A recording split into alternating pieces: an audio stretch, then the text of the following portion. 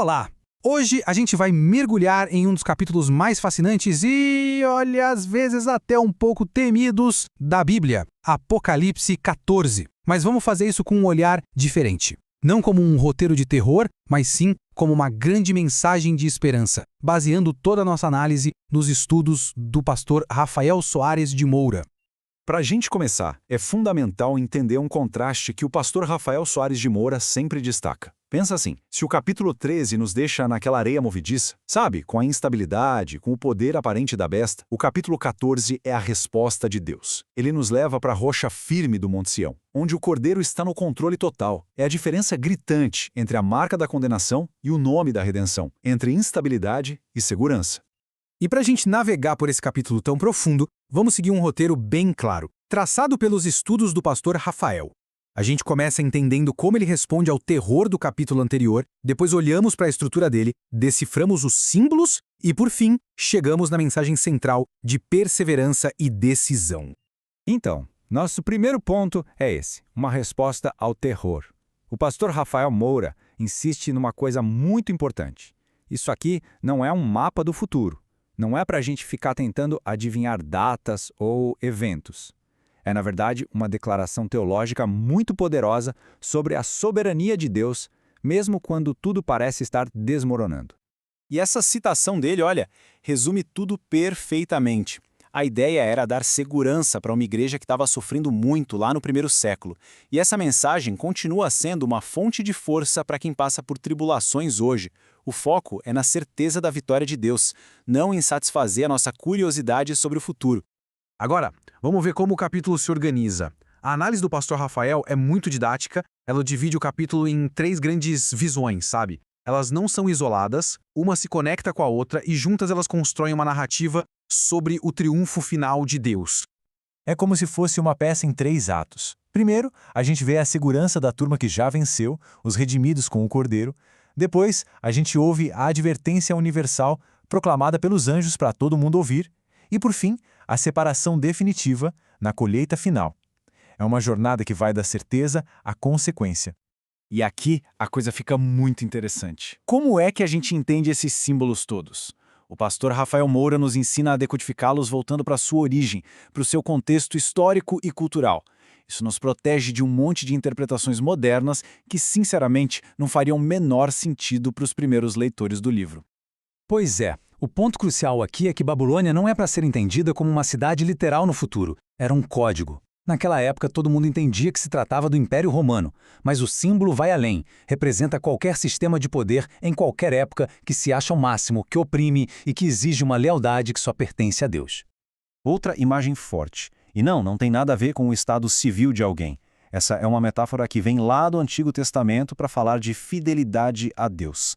Ser virgem, nesse contexto, é não se contaminar, não se prostituir com a idolatria do sistema do mundo, mantendo a adoração pura e exclusiva a Deus. No fim das contas, o conflito todo se resume a uma questão de identidade e pertencimento.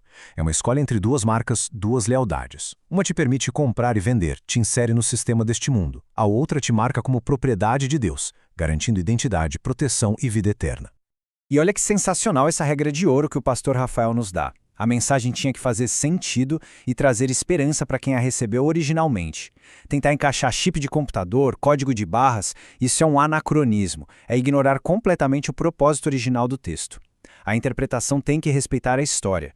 Ok, a gente já viu as visões, os símbolos, mas e daí? Qual é a mensagem prática disso tudo? Bom, essas visões e símbolos nos levam a um chamado teológico central. A mensagem não é só para a gente entender, é para a gente viver através da perseverança. Então, o ponto crucial que o pastor Rafael identifica é essa palavra grega, hipomoné, perseverança. Mas não é ficar sentado esperando as coisas acontecerem. É uma resistência ativa, sabe? Uma firmeza heróica que se recusa a se curvar diante da pressão do sistema. É manter a fidelidade a Cristo, custe o que custar. E o texto deixa muito claro o que está em jogo, com um contraste gritante. O pastor Rafael destaca isso para mostrar a lógica de Deus. O sofrimento temporário, por causa da fidelidade, leva ao descanso eterno. Já o conforto temporário, que vem da aliança com o sistema, leva a uma inquietação que não tem fim. A escolha de hoje define o destino de amanhã. E então chegamos na visão final do capítulo. É o clímax da história, apresentado como uma colheita dupla. É aquele momento da separação definitiva e irreversível, onde não existe mais meio termo. Não dá para ficar em cima do muro. Como o pastor Rafael explica, conectando com as parábolas de Jesus e a profecia de Joel, a gente vê duas ações bem distintas. A primeira colheita, a dos grãos, é liderada pelo próprio Filho do Homem. É um ajuntamento para a salvação, como o trigo que é guardado no celeiro. A segunda, a das uvas, é um ajuntamento para o juízo. A imagem do lagar, para aquelas sociedades agrícolas, era algo extremamente visceral, muito forte. Significava um juízo total, esmagador. Assim como as uvas são pisadas até não sobrar nada, os que se rebelaram contra Deus enfrentam a sua justiça completa. E aí o texto fala de um rio de sangue fluindo por 1.600 estádios. É um número que parece muito específico e, pra gente hoje, soa até meio bizarro, difícil de imaginar. Mas a genialidade aqui está no simbolismo. Como o pastor Rafael explica, não é para a gente pegar um mapa e medir a distância. É teologia em forma de matemática. 4 é o número da Terra. 10 é o número da completude.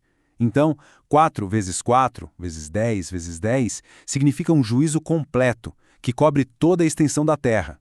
É uma declaração sobre a soberania total de Deus. Então, para a gente amarrar tudo o que vimos com base nos estudos do pastor Rafael, Apocalipse 14 é, acima de tudo, esperança. Lembra que a identidade define o destino e que a verdadeira adoração exige lealdade total e perseverança. E nos dá a certeza de que a justiça de Deus virá de forma completa. No fim, a questão é uma só: lealdade. E no final das contas, como o pastor Rafael conclui, Apocalipse 14 nos confronta com essa decisão espiritual fundamental. Uma pergunta que era urgente para a igreja perseguida lá do primeiro século e que continua sendo a questão mais importante para cada um de nós hoje.